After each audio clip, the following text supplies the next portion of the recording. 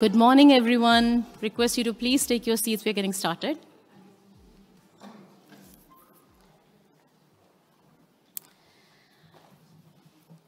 A very good morning to all of you who are with us in this room today. It's very early in the morning, and we really appreciate your presence. And a very good morning, good afternoon, and good evening to all those who are participating with us online from different parts of the world. I am Manpreet Chadha from Nutrition International, a co-moderator for this session, and with me I have Dr. Corinne Ringholz from the World Food Programme as the second moderator. We truly appreciate your participation and presence and welcome you to this joint symposium of Nutrition International and the World Food Programme on rice fortification.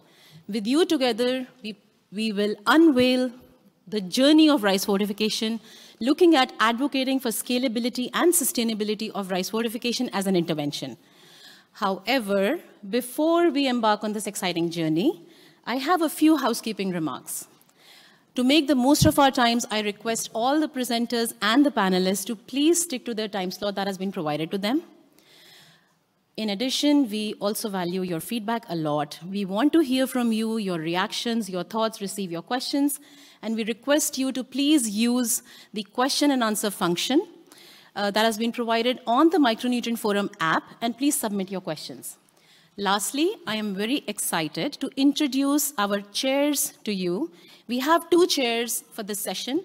Ms. Abigail Perry-O, who is the Director of Nutrition Division with the World Food Programme, and Dr. Mandana Arabi, who is the Vice President for the Global Technical Services and Chief Technical Advisor at Nutrition International.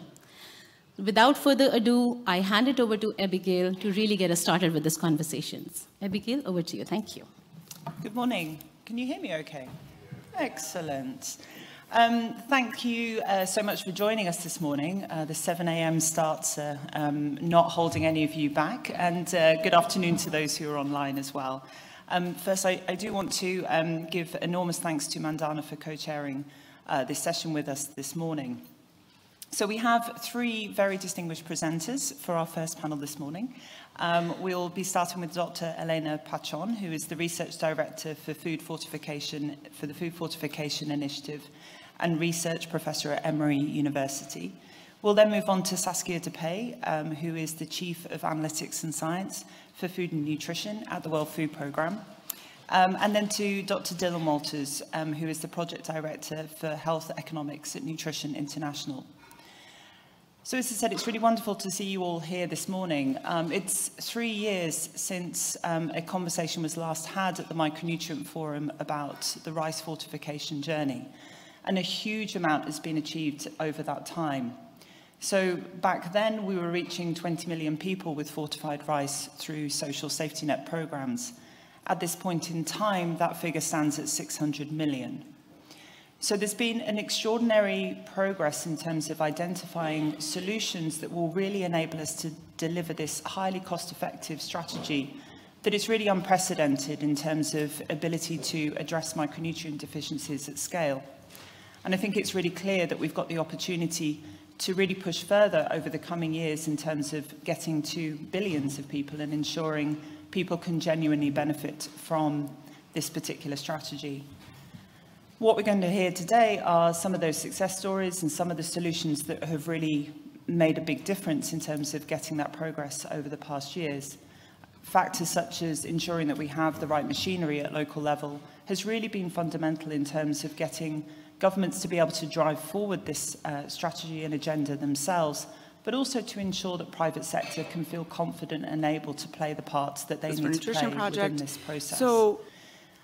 But clearly, we still have some barriers facing us, and hopefully we'll have a chance to unpack some of those and really reflect on how we can ensure that we drive forward this approach in the coming years.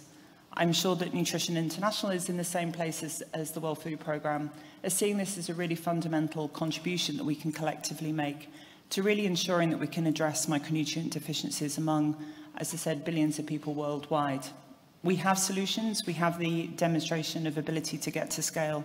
So I'm very excited about what the next coming years have to offer and to hearing a little bit more about where we go from here.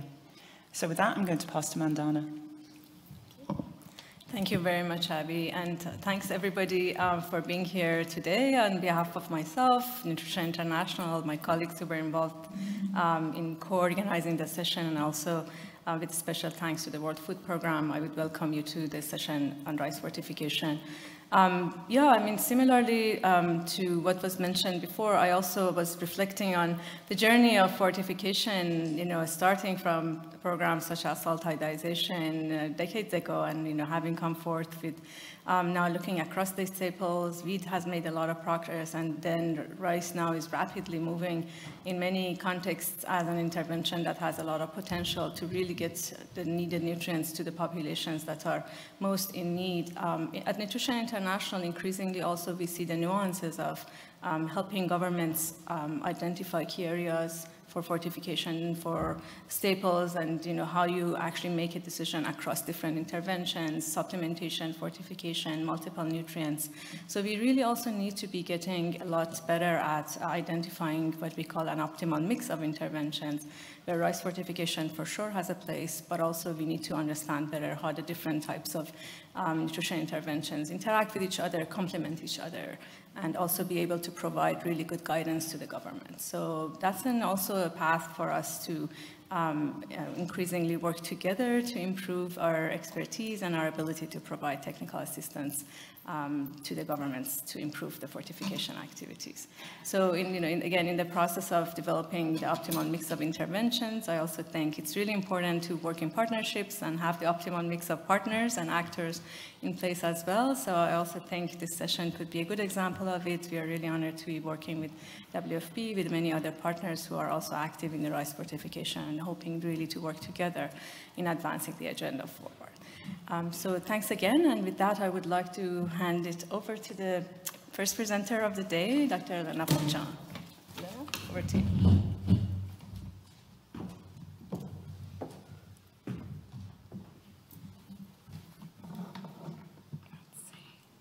Okay. Good morning, everyone. I'd like to thank Nutrition International and the World Food Programme for the opportunity to share with you the impact of rice fortification on anemia prevalence. The premise underlying this presentation is that if anemia is due to the deficiency of one or more nutrients that are involved in hemoglobin biology, then if we fortify rice with those nutrients, we will be able to increase hemoglobin concentrations in individuals and reduce anemia prevalence in populations. So I hope through this presentation to convince you that in women who consume rice fortified with single or multiple nutrients, there's an increase in hemoglobin concentration and a decrease in anemia prevalence compared with women who consume unfortified rice. First, I will present results from the World Health Organization's 2018 guidelines on rice fortification with vitamins and minerals. The World Health Organization commissioned a systematic review and meta-analysis that included all of the groups in the first column. There were those who consumed rice fortified with iron alone or in combination with other micronutrients, rice fortified with vitamin A alone or in combination with other micronutrients, rice fortified with zinc alone or in combination with other micronutrients, and rice fortified with folic acid alone or in combination with other micronutrients. The second column has the results for hemoglobin, and the third column the results for anemia relative risk. So if we focus on the first results row, we can see among any population group that consumed rice fortified with iron alone or in combination with other micronutrients, there was a 1.77 gram per liter increase in hemoglobin concentration, and on the other hand, there was no change in anemia relative risk between those who consumed fortified rice and those who did not. And we come to this conclusion because in the last column, the 95% confidence interval found in the parentheses includes one. And if we look down along all of the rows in this table, we find the same conclusion, that rice fortified with iron, vitamin A, zinc, or folic acid, either alone or in combination with other micronutrients, increases hemoglobin concentration, but has no effect on anemia relative risk among any population group that was studied in this meta-analysis. So now I'd like to share with you work that my colleague Andrea Dorbu has been leading to complete a systematic review and meta-analysis in collaboration with investigators from Emory University, Nutrition International, and the Food Fortification Initiative. This project is focused on several fortified foods, but today I'll center my comments on the rice results. In fortified rice, as well as with other fortified foods, there are generally two types of studies that are conducted. One where individuals are randomized to consume rice, fortified rice rather, and another group that is randomized to consume unfortified rice. That's our control group. And before these groups start consuming the rice, hemoglobin is measured, and some point after they've been consuming for a while, hemoglobin is measured again. Another type of study is where there's only one group that consumes fortified rice, and they again will have their hemoglobin measured before and at some point after consumption begins. This is an example where there is no control group, and it can be, for example, where countries where rice is mandated to be fortified in a country. So we used a recent meta-analysis method implemented through Bayesian statistics, which allowed us to include both types of studies in the meta-analysis. So let me go back and reiterate, I didn't mention this, that the WHO meta-analysis that I shared only included studies from the top row that had that control group. And we're able to use Bayesian statistics to include women who, or individuals who were in a study where there was no control group. And so here we have the results represented in the middle column for hemoglobin and in the third column for anemia. And what we can see is we focused our analyses on women of childbearing age. And I should also mention that in the WHO meta-analysis, most of those studies were completed with school-age children. So in women who consume fortified rice, there was a 3.25 gram per liter increase in hemoglobin compared to women who consumed unfortified rice. Here, because of the Bayesian statistics, we do not have 95% confidence intervals. Instead, we have 95% credible intervals. And the way we interpret the numbers in parentheses is that there's a 95% probability that the increase in hemoglobin concentration is between 0.9 and 5.71 grams per liter. When we look at the final column, there's a 2.66 percentage point decrease in anemia among women who consume fortified rice compared to those who consume unfortified rice. And then we look at the absolute value, the magnitude of the two numbers in the parentheses to conclude that because 114 is greater than 84, there's a greater probability that the anemia percentage is in fact reduced in those who consume fortified rice compared to those who don't. So when we look at the evidence from this review and meta-analysis, we conclude that among women of childbearing age, consumption of fortified rice increases hemoglobin concentration and reduces anemia prevalence.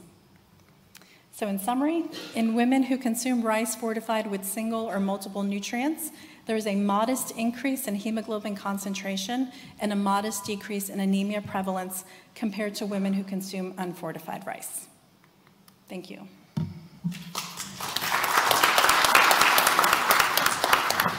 Thank you very much, Elena. And just wanted to mention that hold on to your questions. We will have a Q&A session at the end, similar to colleagues who are online. You can post questions later for the Q&A session later. And with that, I would like to ask Saskia Depay to make her presentation. Thanks.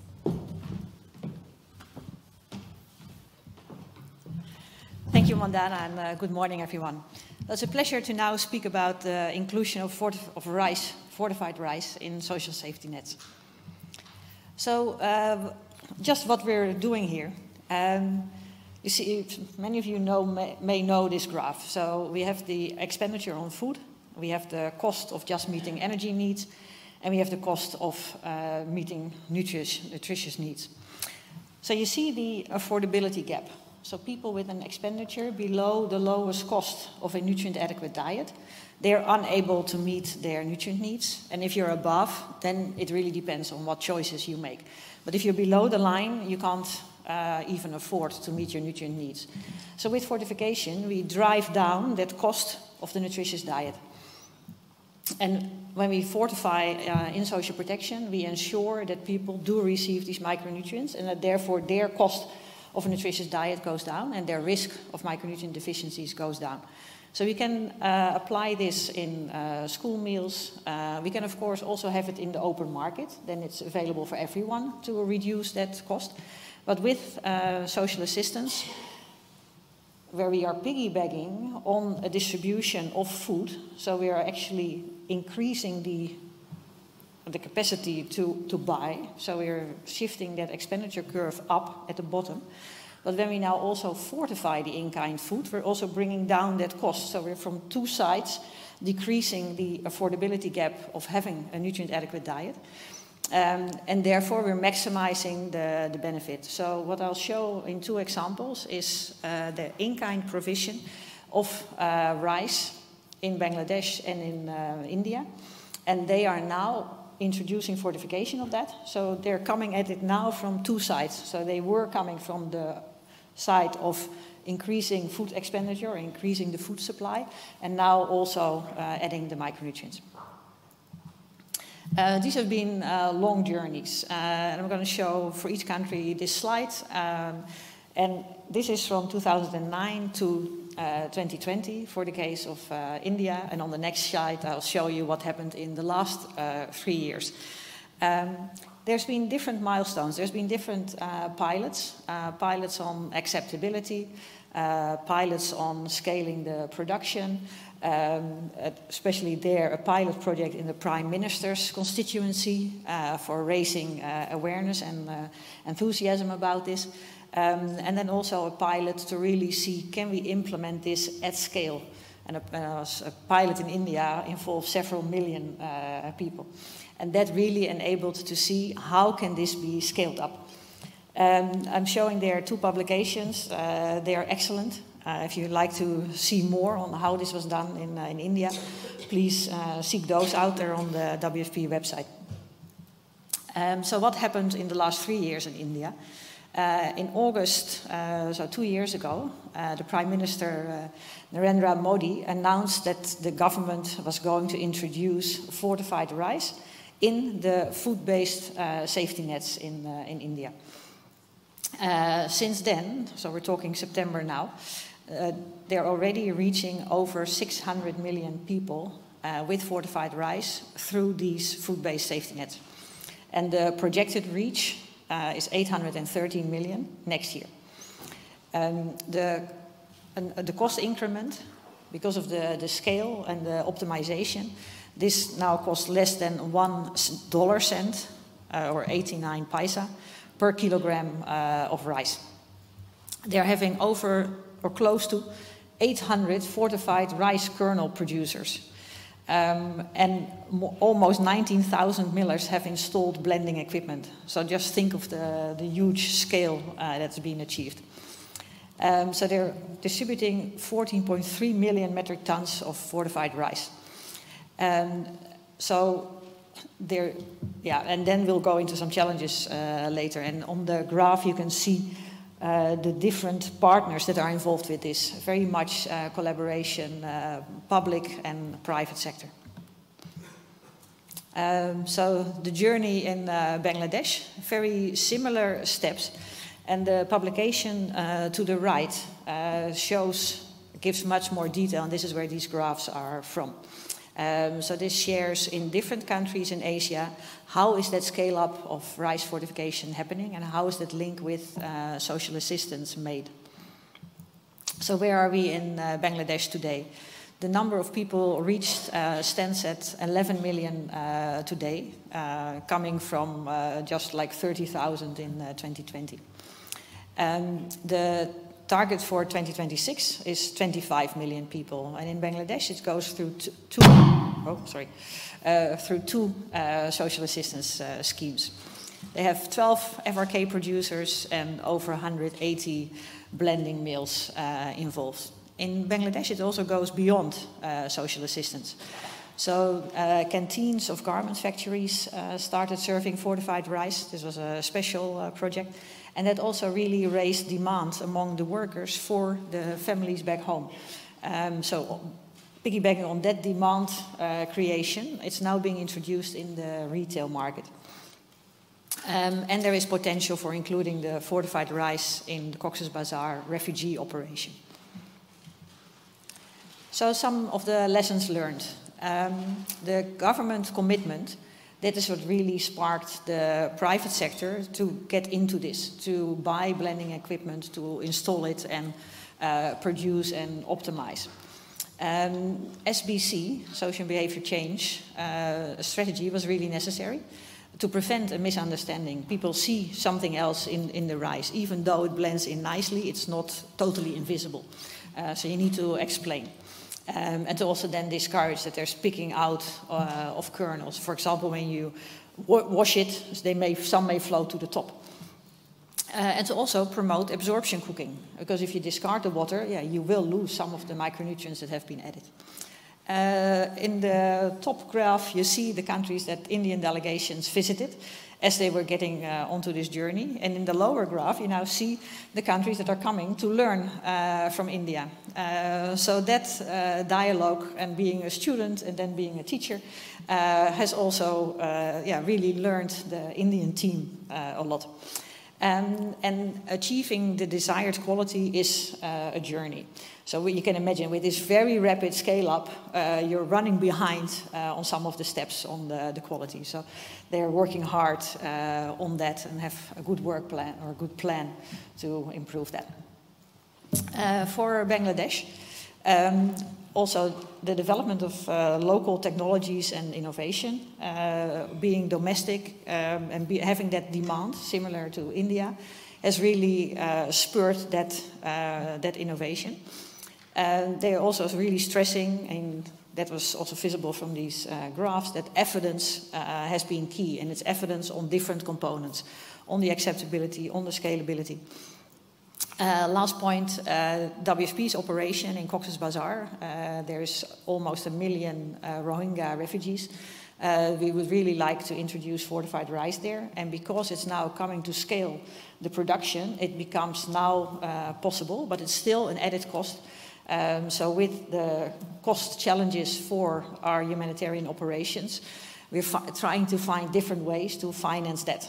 So for example, a donor specifically interested in nutrition, can they do the top-up to make it possible?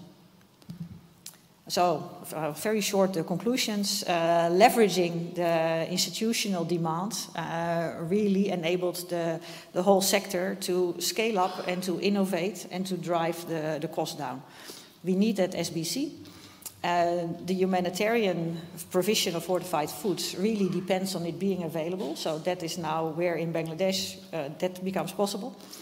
And one important thing to note, when cash is the modality for social assistance or for humanitarian assistance, it is a different way to make these connects. So piggybacking on actual in-kind distribution has really been very good here, and we're looking at a different way if it is cash, because then it needs to be an open market and people need to make those choices. Thank you very much.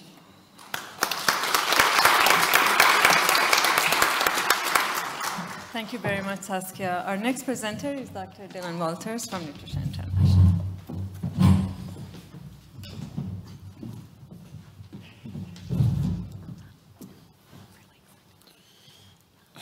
This feels too high. Sorry, Manpreet. Thank you for the opportunity to speak here today. I'm speaking on behalf of myself, but also my counterpart, Christophe Guillendet from World Food Program, on the health and economic impact of rice fortification.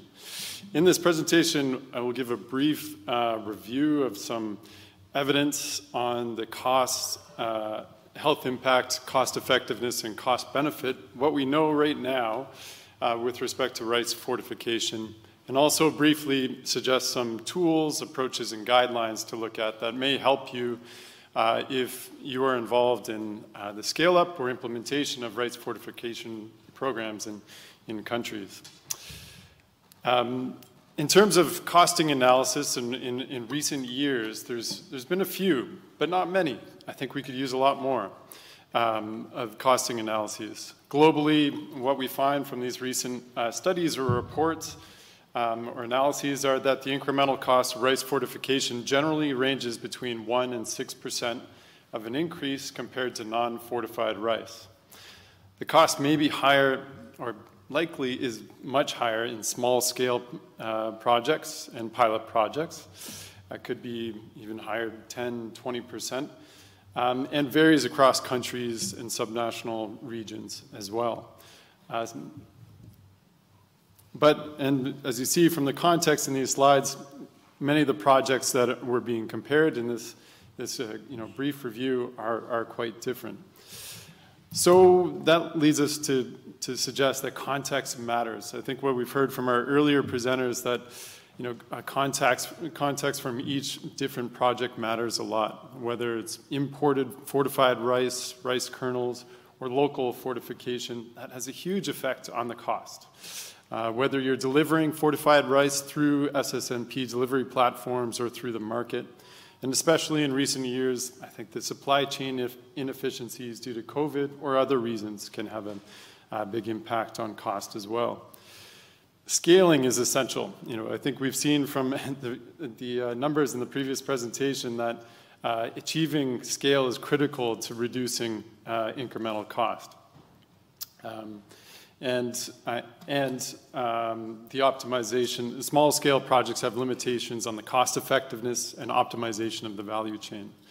Optimization analysis is really essential to harmonize premix specifications and standards and to avoid costly micronutrients that may be best suited for other vehicles.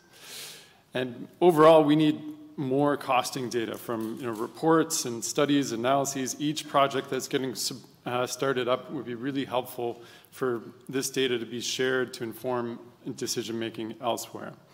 And of course, as we've highlighted earlier as well, affordability by households, budget impact on governments, and profitability by firms are critical to consider as well.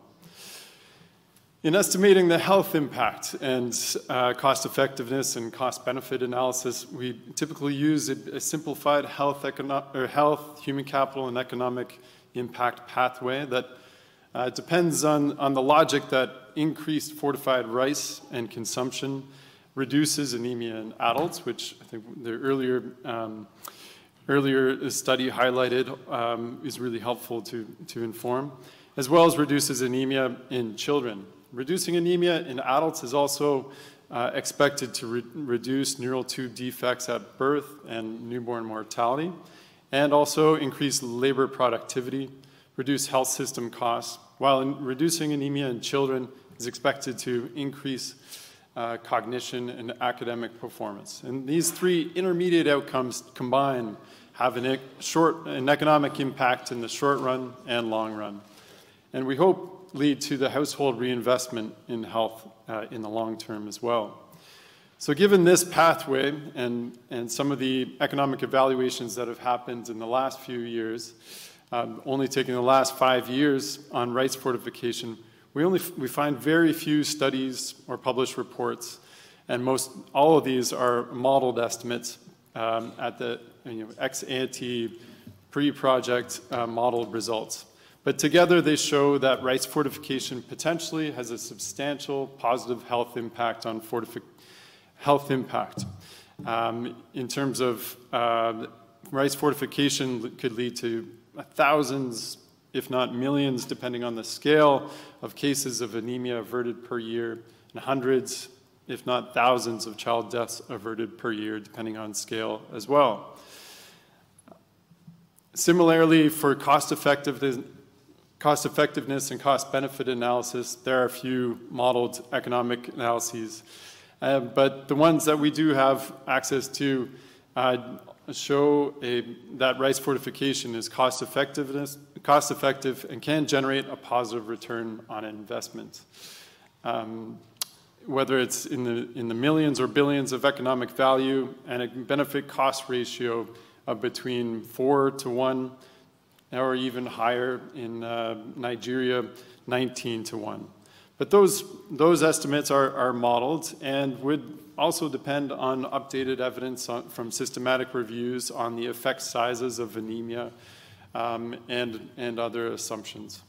So we do encourage more studies to be conducted as rice fortification is scaled up in different places around the world. It is important to first analyze micronutrient dietary inadequacy as well to identify dietary gaps that exist among target populations for each operational scenario that is being considered. Optimization analysis, as mentioned, is needed to inform decision-making since there's quite a bit of variation in cost between geographies and operational models for fortification in general. But overall, we think there's potential for rice fortification to have a significant health and human capital impact and generate a positive return on investment. However, we need more post-hoc impact evaluations and economic analyses of fortification programs at scale. Now, in my last breaths here today, I'd just like to suggest a few tools and approaches that can support you and your partners in your scaling journey for rice fortification. WFP is working on a rice fortification costing tool that can help guide national discussions on the best options to implement a cost-effective program. The MAPS tool, Micronutrient Action Policy Support Tool, led by University of Nottingham, includes analyses on micronutrient inadequacy, cost of interventions, health impact, and cost effectiveness, as well as the USAID Forward approach, led by TechnoServe and with other partners, including NI, is undertaking a number of analyses in a number of countries to inform scale-up in the coming years. As well as I expect the WHO Food Fortification Guidelines chapter on cost effectiveness, which is being updated currently, led by Katie Adams at UC Davis.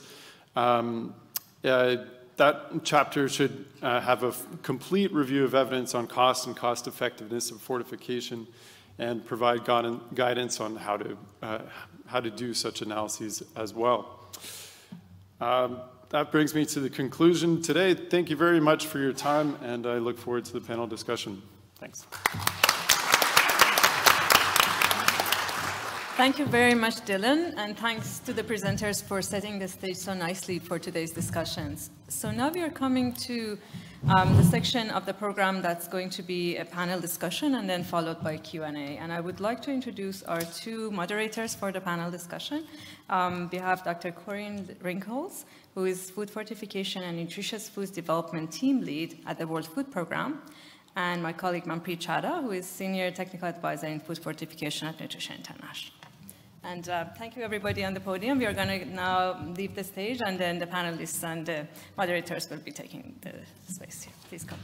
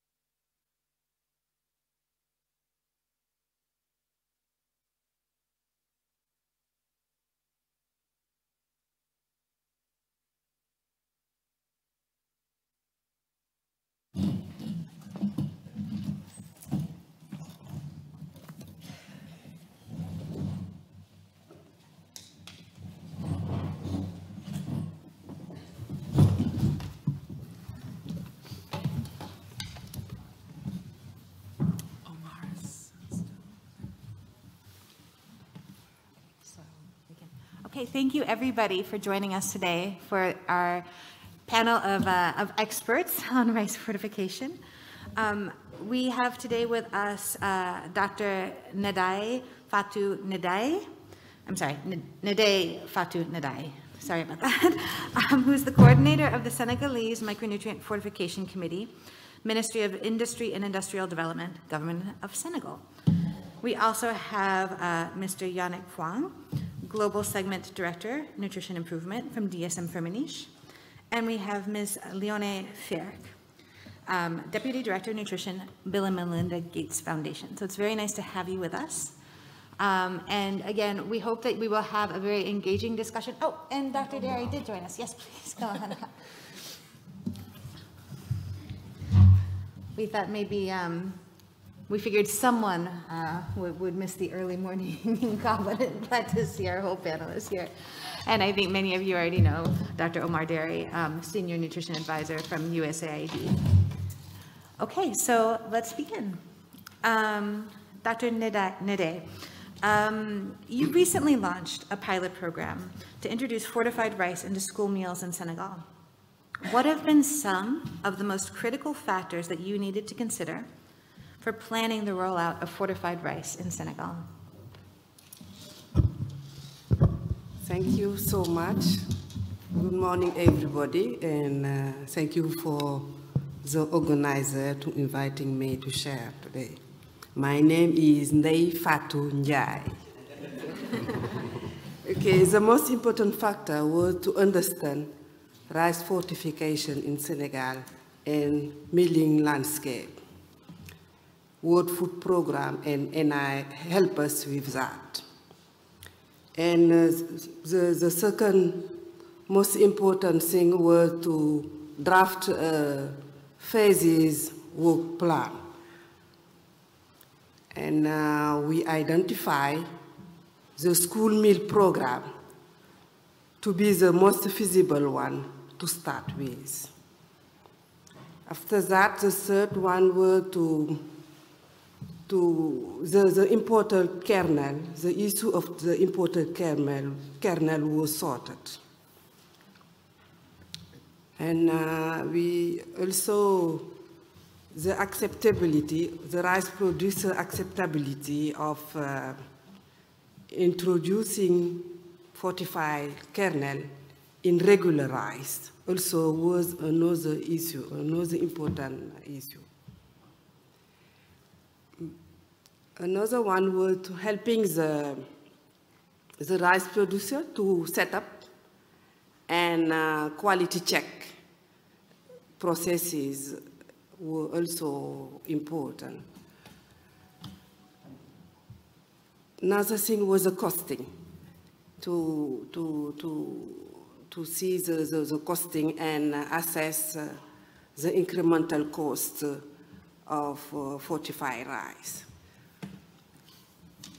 In summary, we adopt a meticulous plan to introduce rice fortification in phases in Senegal.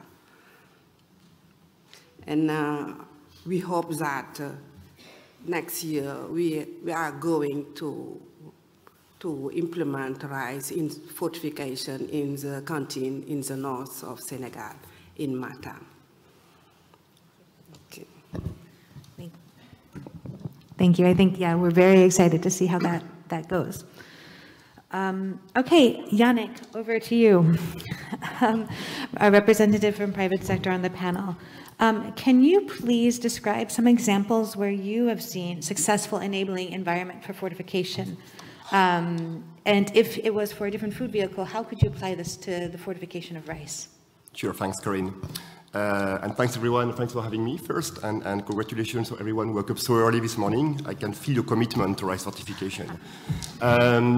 Let me actually turn back the question, Corinne. I mean, what is a successful enabling environment for fortification? And I believe there are a couple of boxes that needs to be ticked somehow. First, I mean, you need good baseline data. I mean, you need to be able to understand, you know, what is the problem statement? What are you trying to solve? What are the levels of micronutrient deficiencies, which will then educate, you know, the type of vehicle that you need to be fortifying and at which level as well, right? You need also to have a robust data collection system, because if you want to be able to measure the impact of your fortification program, you need to understand, you know, how are you going to be able to do that, and to measure from baseline all the way to after 6 months, 12 months, and moving forward, right?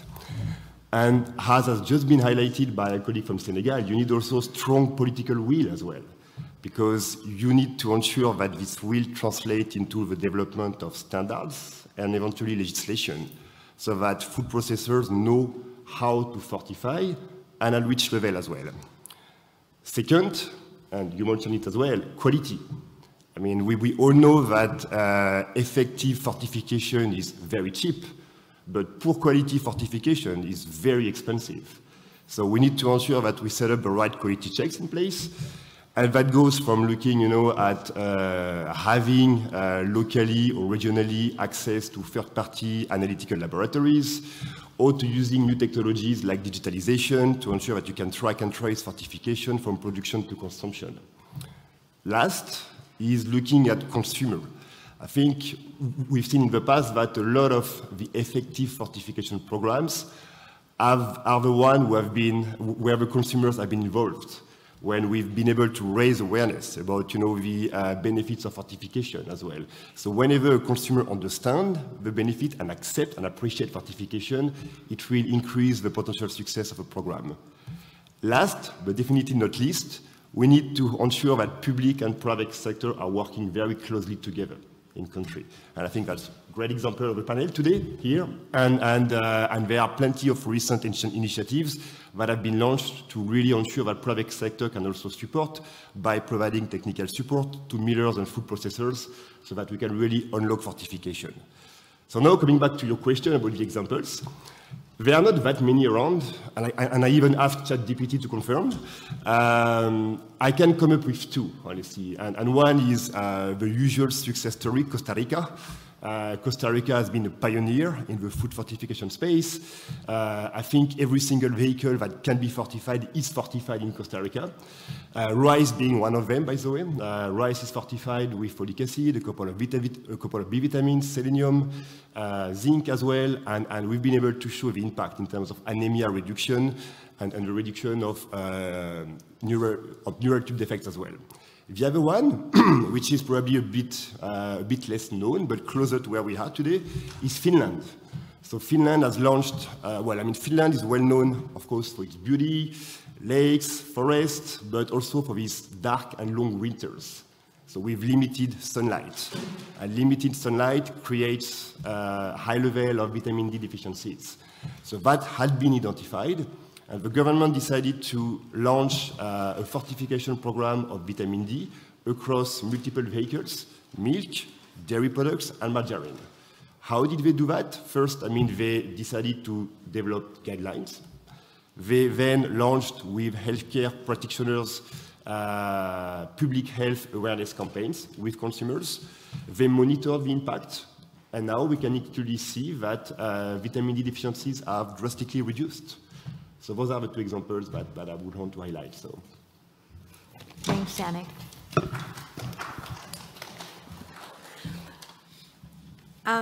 Leonie, very curious how you guys envision the future for rice fortification and what you believe donors like the Bill and Melinda Gates Foundation can do in terms of playing a role for shaping it. Yeah, thank you very much for the question and for having us on the panel. As a social impact investor into rice fortification and at the Gates Foundation, we are overall supportive of rice fortification. We have also been in the past. The WHO recommendation from around 2018 was mentioned. That was something we also supported back then, always under the right conditions, unlocking the type of public health nutrition impact that Helena has described before. And we especially see rice fortification as an interesting complementary intervention and also as a good example of what R&D for fortification overall can do. It's quite interesting. So rice fortification is not exactly new. Already in the 1940s, there were early interests in that, but the current extrusion technology that works really well is about 20 years old and has been refined over time. And so rice fortification is also really an interesting food tech example of how you can basically optimize a vehicle for improved nutrition. On the one hand, I think we have heard that before from Saskia. We have an example such as in India where rice fortification is just this massive outlier channel to reach poor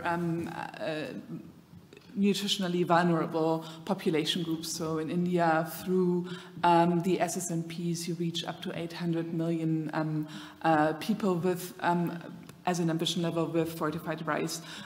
So that is basically, you have some of these exceptional country examples for rice fortification. In other geographies, it's probably interesting in a complementary role with a view to SSNPs, again, as you described for Senegal, and also wherever you have a consolidated market. The issue with rice fortification is probably that the cost over the past decade has been significantly reduced from around about a 10% cost increase to nowadays sometimes at maybe 2.5%. It's still significantly higher than compared to fortification of edible oil or wheat, where you can go far below 1% of a cost increase. And so that basically often speaks to the inclusion in SSNPs and to this complementary nature of rice fortification. We also believe that the mechanism of impact for fortification is really at the mill and basically driving B2B demand by converting mills to fortification rather than going all into behavior change at the consumer level. Last but not least, and I think the colleague from Senegal mentioned it, the regulatory compliance is also really important, and Yannick, you also mentioned it, for rice fortification. So basically QA/QC, how can we ensure that fortified rice is actually fortified to the rice level, to the right levels, and there's still some areas where our community needs to work on, probably. So irrespective of the method, sampling size is really an issue for fortification as per our observations, and for in-market testing, which allows more risk-based regulatory monitoring.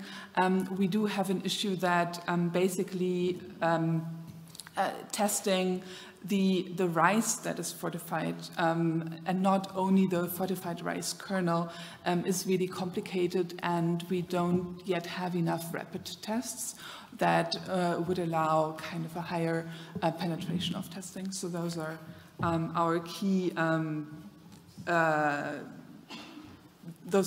understandings, but overall very supportive of what is being done. Thanks. Thanks, Leonie. Over to you, Dr. Derry. So I think we've seen some great examples and discussions of strong and effective collaborations. In your view, how can USAID and other partner organizations come together to collaborate more effectively to scale up rice fortification and maximize its impact? Yeah. Thank you for the invitation. And I would like to start congratulating WSP and NI for doing this symposium. It is balanced, it's not a blind advocacy. You do the things serious, trying to present the situation. I think this is good. It's an opposite to other type of interventions that are pushing these things without sufficient evidence. You did a very good job here. USAID has been working in this for many, many years already.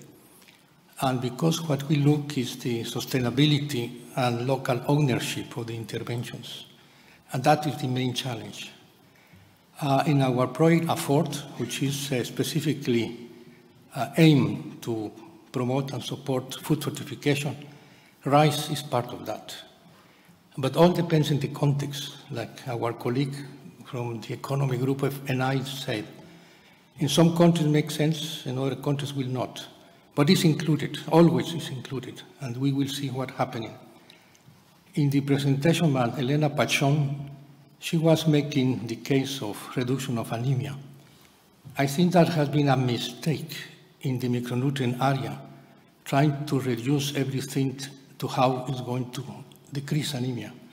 Because anemia is very difficult to move. And we have many other topics that we can measure. We can measure around 2 defects We can measure in some countries that they need vitamin D. In other countries, they need vitamin B1. I mean, we have a plenty of other cases. But sticking with anemia, I think we in the micronutrient area, we need to look at that, because the data that she presented is too modest to be important. The 1 to 2 grams per liter is inside the error of the method to measure hemoglobin, which means it's nothing. I mean, we need to move out, because there's other good examples. And we need to look at those things. The impact is not due to the fortification of rice, it's not the fortified rice. The impact is due to the addition of these micronutrients, whenever you put those things. All these cost benefits are fine in any type of food that we are fortifying. But the beauty of rice in many countries is that we don't have alternative. In those countries, probably wheat flour is not being eaten. Then rice is the thing that we need to select. We are selecting the vehicle dependent in the diet profile of the countries. I mean, this is rice, let's do rice. The rice is not as easy to fortify. Rice is the most difficult one among the staples. And I have a lot of experiences here, and I'm going to share with you. Costa Rica is the country that we are looking as a model. They started this in the 1990s by themselves. But Costa Rica is a tiny little country of 5 million persons. It's a pilot trial. I mean, this is nothing really big. It's a country that the problem of economy is not there. The communities could consume and pay for the things. It's a good example as a model. In Costa Rica, the rice does not contain iron, which means that the reduction of anemia due to iron deficiency is not to the rice. They are fortifying milk, they are fortifying sugar, they are fortifying many things. And the countries prove that, which means that fortification works. We tried to do the same in Panama. I was in Panama in 2004 or 2008. And in Panama, we have a law that asks the rice producers to fortify. The government of Panama asked to put $2–3 million per year to give the premix to the rice producers. Panama is not fortifying rice. I went to the Dominican Republic in 2010, 2013, and I found there a factory that they can do the premix of fortified rice with hot extrusion. They already have the machine. And I was so happy to see that because I have everything. The Dominican Republic is not fortifying rice, no matter what we did. In Nicaragua, they try to do the same, they're not fortifying. It tells us that something is in the rice production that is beyond technology, and we need to be aware of that.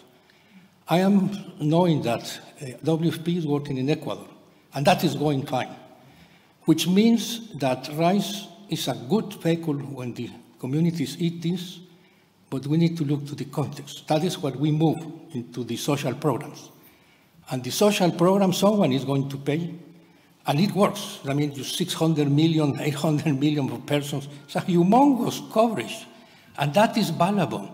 And we are already overcoming all these difficulties of making the product too commercially feasible. And we could do that. And USAID has already done that. With WFP, in the part of the humanitarian aid, we are already distributing fortified rice, which means we already having the impact.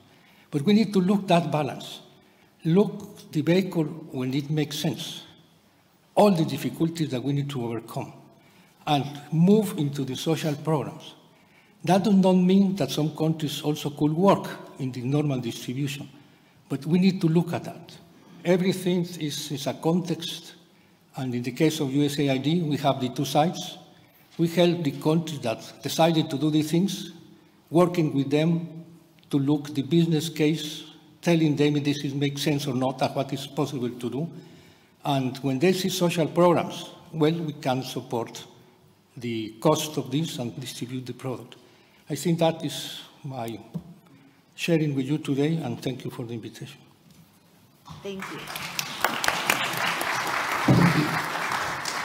Okay, thank you very much. We are going to turn it over to Manpreet. Thank you so much, Corinne. Thank you so much, panelists, for this wonderful and insightful for your comments. I see a lot of interest online. We have received a lot of questions, so we'll try to do, we'll try to do our best to really address as many questions as we can. So getting started, we just have one microphone in the room in the middle, and we have the presenters and the chairs in the audience right now. May I request the presenter that is called out to please go up to the mic and please, provide your answer. So the first question, Saskia, there are a few questions on social protection, so please.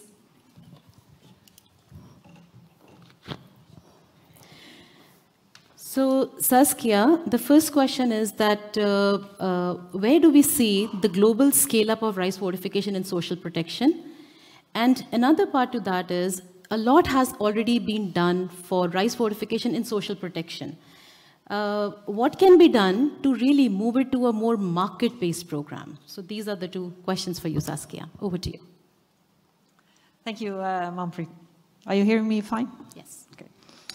Yeah, for the global scale-up, we've shown the examples from India and Bangladesh, but there are several more.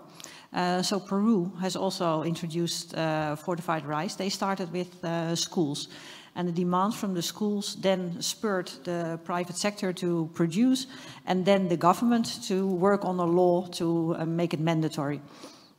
And they are now also using it in other social assistance programs in Peru. And then we see the example from Senegal and a couple of other countries in West Africa, and they're starting with the school meals. So there's different channels within the large space of social protection. So I think there's many more. The numbers will, there's good potential for that to grow.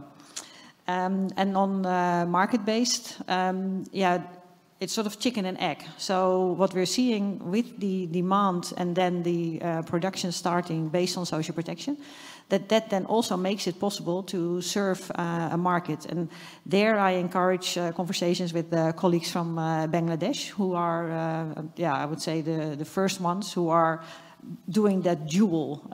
So they're really making that effort to get it in the market and seeing further optimization of the supply chain and therefore a further decrease of the cost. Yeah. Thank you so much, Saskia.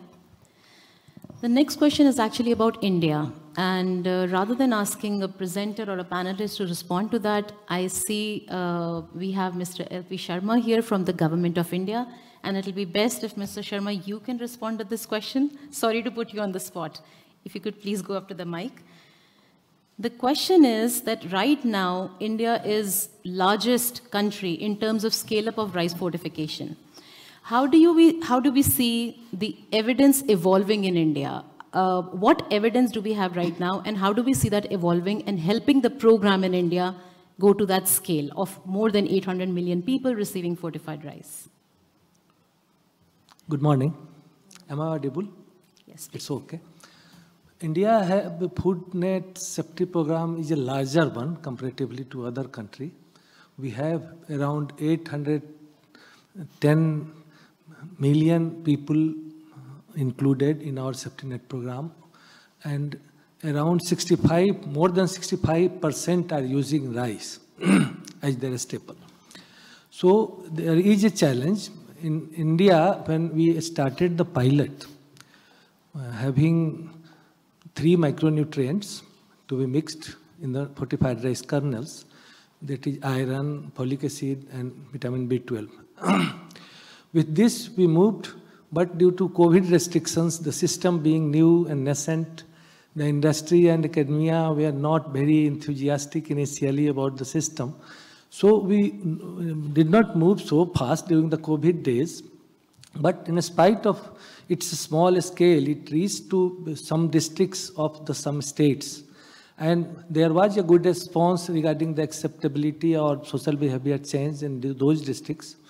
In fact, there was a provision for the assessment of the impact, but due to COVID and all other restrictions and other problems, it could not be undertaken. In the meantime, considering the study available in the public domain outside the Indian context, or in some of the MDM midday meal program and ICDS studies available in India, it was undertaken by the government to have it scaled up to the larger masses and to keep it going for other leftover area to include them into the rice fortification distribution net. Gradually, in phase-wise manner, we moved. It was envisaged that in 3 phases it should be undertaken. In the first phase, we undertook this ICDS, Integrated Child Development Services, and Pradhan Mantri Poshan Shakti Nirman programs, that is popularly called midday meal program earlier. So in the first year, we undertook this. In the second year, we have some aspirational and high burden districts on stunting included in the food safety net for distribution of rice fortification. And we are running in the 3rd phase presently, and we have covered more than around 85% of the districts targeted as of now. We have to have engaged all other stakeholders regarding our regulatory body, FSSSI, the millers, rice millers, the FRK manufacturers. Our Bureau of Indian Standards were told to have some standard for machine making for fortified rice kernels, and even for blenders, blending this fortified rice kernel to make the fortified rice. Ultimately, they responded and they came with the standard, and now we are in position, but still it is in the implementation level. It has not been made mandatory yet, because we are consulting the academia, the other stakeholders and other rice miller and other development partners. Of course, the development partner like World Food Program, along with this Nutrition International Path, they have also done a lot of technical assistance, even during social behavior change program and other awareness development among the masses to know this new system and its benefits likely to be gained in the due course. We have faced some constraints, but gradually we are moving towards achieving the target, but still apprehensions are raised about the overdosage of iron, or some apprehensions are also raised about the lesser availability of the studies available in public domain. Still, we are moving towards going for more studies. We are, in fact, undertaking a concurrent evaluation with our Niti Aayog, is undertaking it with our National Institute of Nutrition, ICMR also they are associating with, and in due course I am expecting that we will come with some study results that will be convincing for the masses and the public as a whole.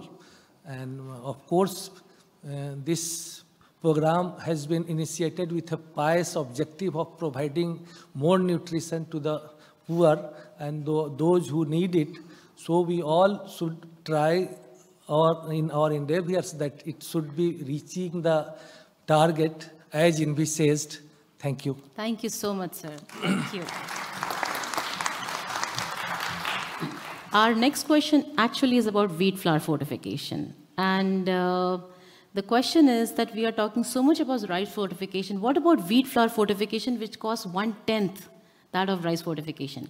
And Mandana, since you talked about optimal mix, could you address this question that what is it in terms of putting all the food vehicles together when we talk about fortification? Thanks. Well, thanks a lot. I think I got the tough question here. But I think at least for Nutrition International, and as I noted, we are even ourselves just developing the methodology for how we can be more systematic, evidence-based, but also comparable in different contexts in how we prioritize, identify and prioritize interventions. And it's not even just within fortification, it's across supplementation, fortification, really all looking at across the board what are the needs, the deficiencies, the gaps, nutrient gaps, and how then you look at the interventions, Cost probably is not the only determining factor, it's one of them, but also potential for impact, whether the cultural context and acceptability of interventions, and use these in a more systematic way for coming up with set of decisions. So we are developing this tool for, we've actually had some support from the Bill and Melinda Gates Foundation in an India project that we used to kind of develop and test the tool in that context. And I think that would be one approach, to just be very analytical, to provide the baseline data across several areas of categories of information and evidence, and then come up with a decision, basically algorithm or decision-making process. So at this point, that's the best approach we have, is really looking at the evidence, but also putting in the context, looking at cost across the board, but not using cost as the only determining factor. And also being careful, I think the previous speaker also noted that about, again, overlap of interventions, multiple fortifications in the same context. I know there are several colleagues here in this audience that have concerns about that. Similarly, for us, we want to make sure there is the no harm public health perspective always there. So that's also embedded in this tool. And we will make sure that it's based on assessments and really making sure that the optimal mix allows for optimal intake, but also assessing the issues with potential, over supplementation or fortification as well. Thank you so much, Mandana. Thank you. Moving on, the next question is about rural Africa. So, Madam Fatou, over to you. The question is that in rural Africa, majority families, they produce their own rice, and that's what they consume. How can such families and such high proportions of population benefit from rice fortification that we are talking about here?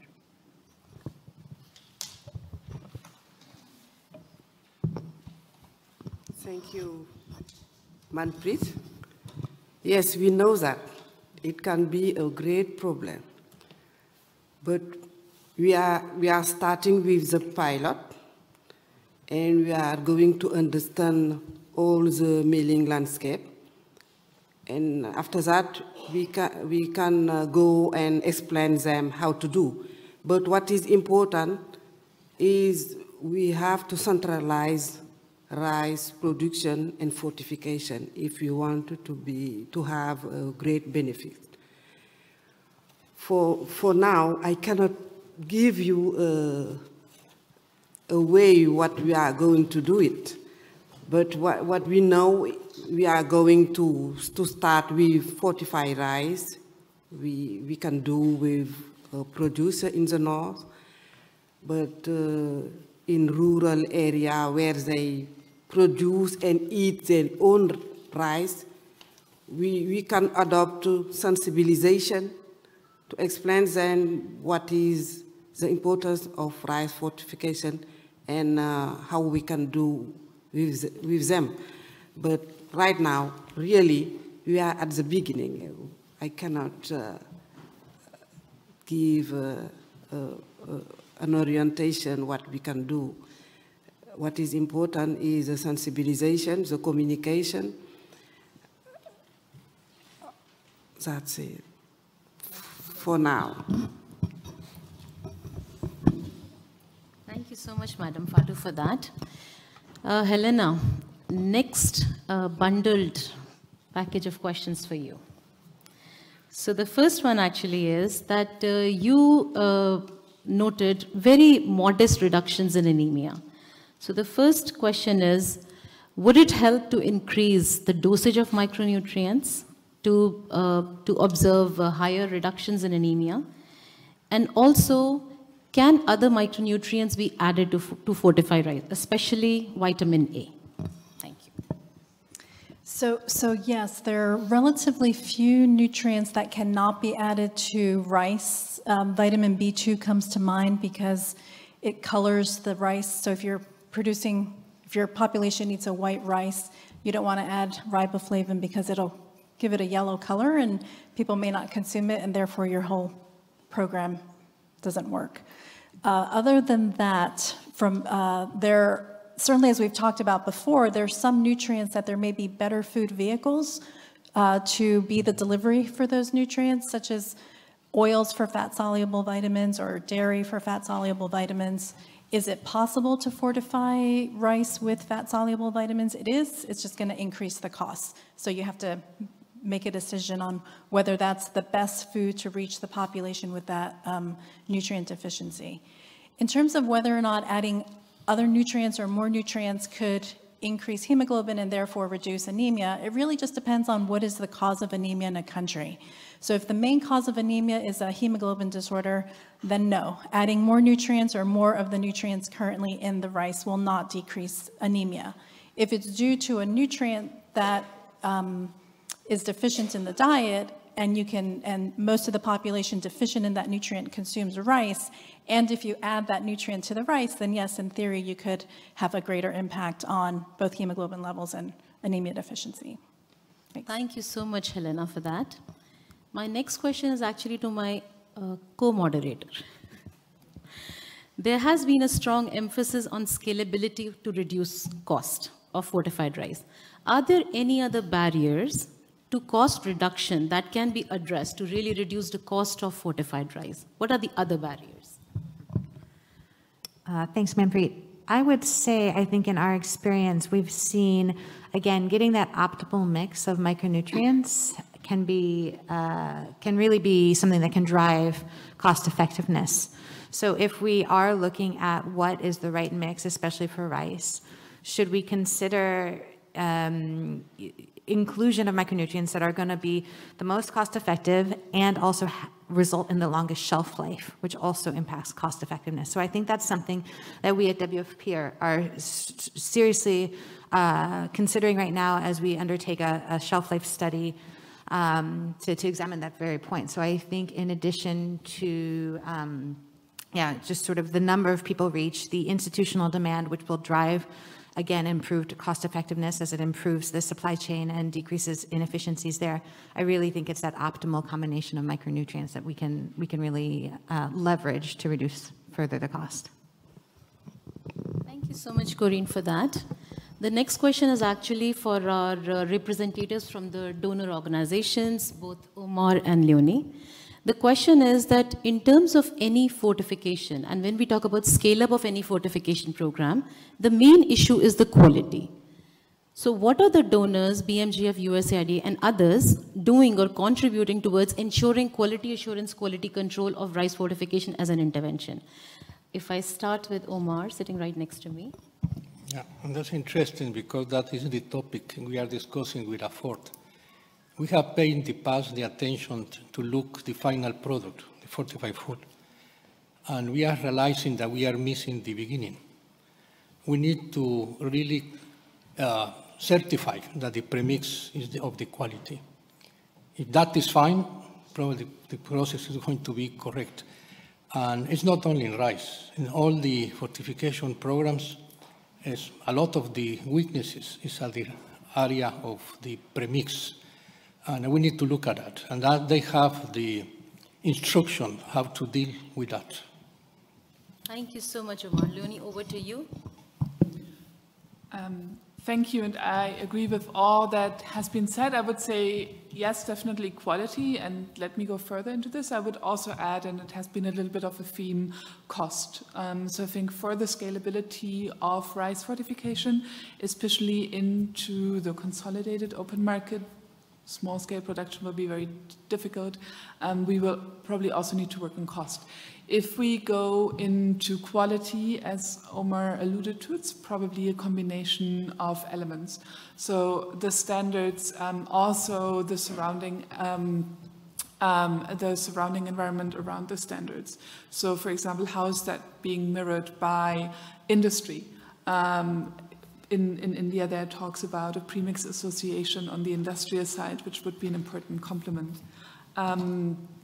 Technical assistance, and also innovation for QA, QC as such, as I mentioned before. So how can we have the technical devices to rapidly measure fortification in rice, and how can we have optimal testing protocols for food inspectors or other third parties who would check up on the quality of rice. Thanks. Thank you so much, Leonie. And with that, sorry, one quick amendment to the costing, as Leonie triggered for me, also is obviously the blending solutions, as we can come up with more cost-effective blending solutions that will really drive down the cost as well. and efficiencies of those solutions.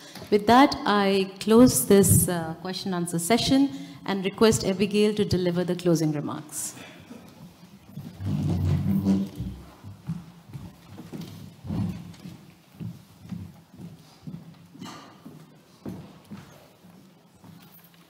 Thank you, everybody. I would say that I was between you and coffee, but I suspect there is no coffee. So I really want to extend an enormous thanks to all of our presenters and panelists.